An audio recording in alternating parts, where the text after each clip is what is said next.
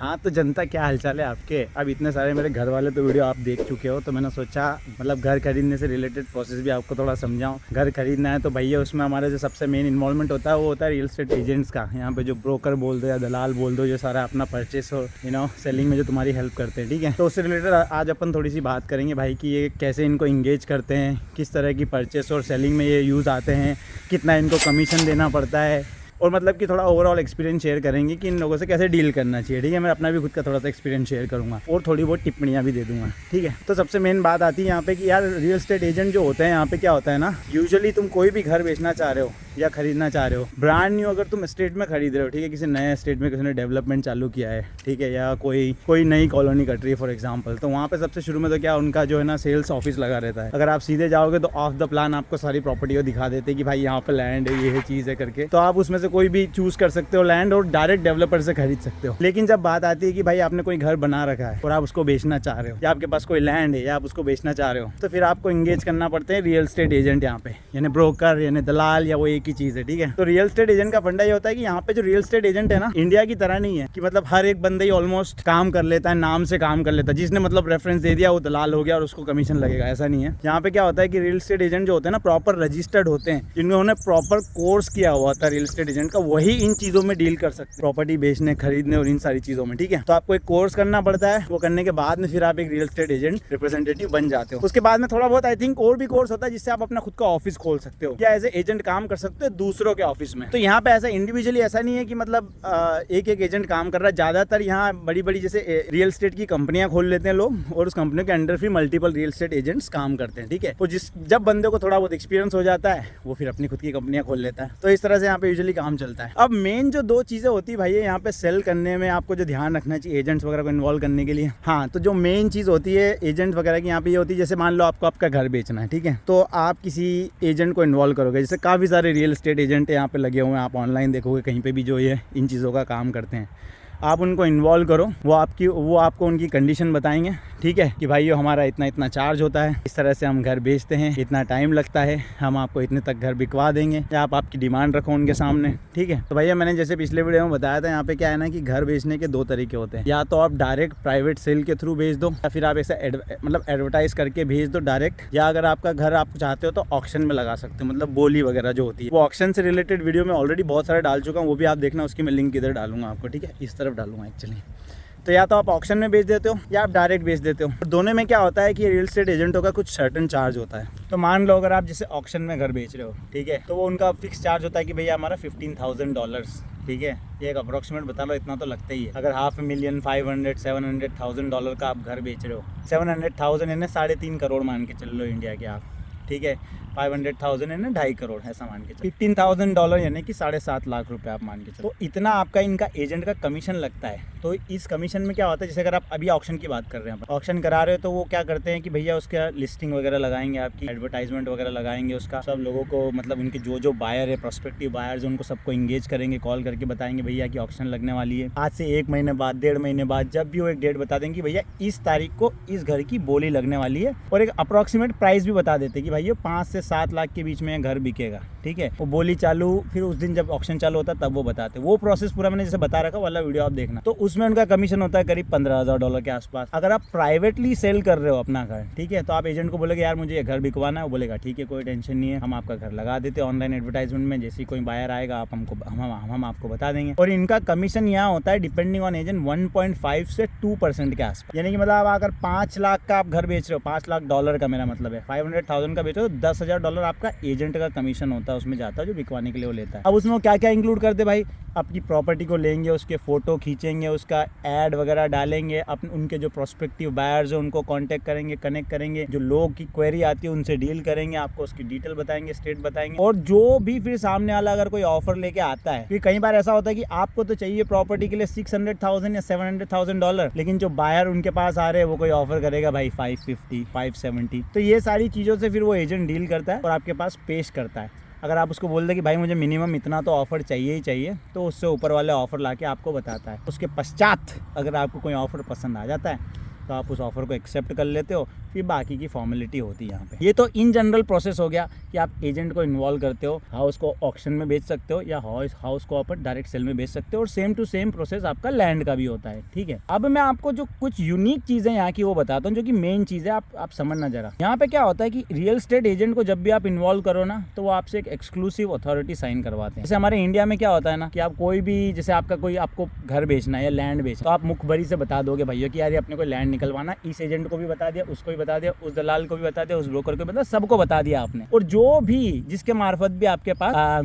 वो आता है खरीदने वाला बायर, उस बंदे को आप कमीशन दे देते हो। यहाँ ऐसा नहीं होता। यहाँ ऐसा होता है कि आपको चूज करना पड़ता है, एक ही बंदा होता है, एक ही रियल एस्टेट एजेंट होगा, एक ही कंपनी होगी, तो आपका वो लैंड बेच सकेगी, वो आप साइन करवाते हो, ठीक, वो आपसे साइन करवाते हैं। जैसे मान लो मुझे मेरा एक लैंड बिकवाना है या मेरा घर बिकवाना है, तो मैं एक किसी एजेंट को इंगेज करूँगा, ठीक है, फिर उससे मैं 30 दिन 60 दिन या 90 दिन 1 2 3 महीने का एक साइन करूँगा कि भैया इतने टाइम तक अब वही आपका बिकवा सकता है और कोई नहीं बिकवा सकता।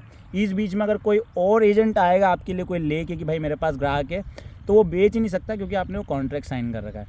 और वो कॉन्ट्रैक्ट साइन करा, अगर आप किसी और के थ्रू बिकवाते हो उस लैंड को या घर को, तो फिर भी आपको उस ओरिजिनल जिसके साथ आपने कॉन्ट्रैक्ट साइन करना पड़ा उसका कमीशन देना पड़ेगा, जो भी 1.5 से 2% पे जो भी आपने एग्री किया उसको। तो भैया यहाँ पे ये एक बड़ा पेचीदा सा सीन है कि यहाँ पे एक एजेंट ही काम करता है, और वो जब भी आपके केस पे काम करेगा जब आपने उससे साइन करवा रखा हो। अब वो आप उनसे नेगोशिएट कर सकते हो कि भैया मैं तेरे को 1 महीना देता हूँ, ये बेच के दिखा, 2 महीना देता हूँ बेच के दिखा, 3 महीना देता हूँ बेच के दिखा। तो जिससे भी आप साइन कर रहे हो बनता ऐसा है भाई कायदे से कि वो फिर काफ़ी मेहनत करता है आपका लैंड बिकवाने के लिए, क्योंकि भाई उसको भी अपना कमीशन मिलना है, ठीक है। अभी क्या हुआ है रिसेंटली भाइयों, रियल एस्टेट मार्केट में इधर ऑस्ट्रेलिया में, मेलबर्न में स्पेशली इधर, अभी तक क्या कुछ गिनी चुनी बड़ी बड़ी कंपनियाँ होती थी रियल एस्टेट की जो सारी डील करती थी, और फिर अपने कुछ इंडियन कंपनियाँ आई थी यहाँ पे ना, 5-10 साल पहले कुछ इंडियन कंपनियाँ आई थी जिन्होंने बहुत अच्छा किया और प्रॉपर्ली इस्टेब्लिश किया। अब उनका सक्सेस देखते हुए यहाँ पे अब इतने ज़्यादा एजेंट हो गए ना, मतलब कि हर बंदे ने ही अपना रियल एस्टेट एजेंट खोल लिया। बोले कोर्स करो रियल एस्टेट एजेंट का, और रियल एस्टेट एजेंट का मतलब हर नए दिन में मैं जाता हूँ ना से वॉक करने, तो मतलब एक नया एजेंट, मतलब एक नई कोई कंपनी दिख रही मुझे रियल एस्टेट एजेंट की। इतने खोल लिए लोगों ने कि अब घर पे नॉक करके आपको पूछते कि भाई आपको बेचना है क्या। मतलब एक दूसरे को देख के, आई डोंट नो क्या सीन है कि सक्सेस देख के सब एजेंट बन गए यहाँ पे, ठीक है।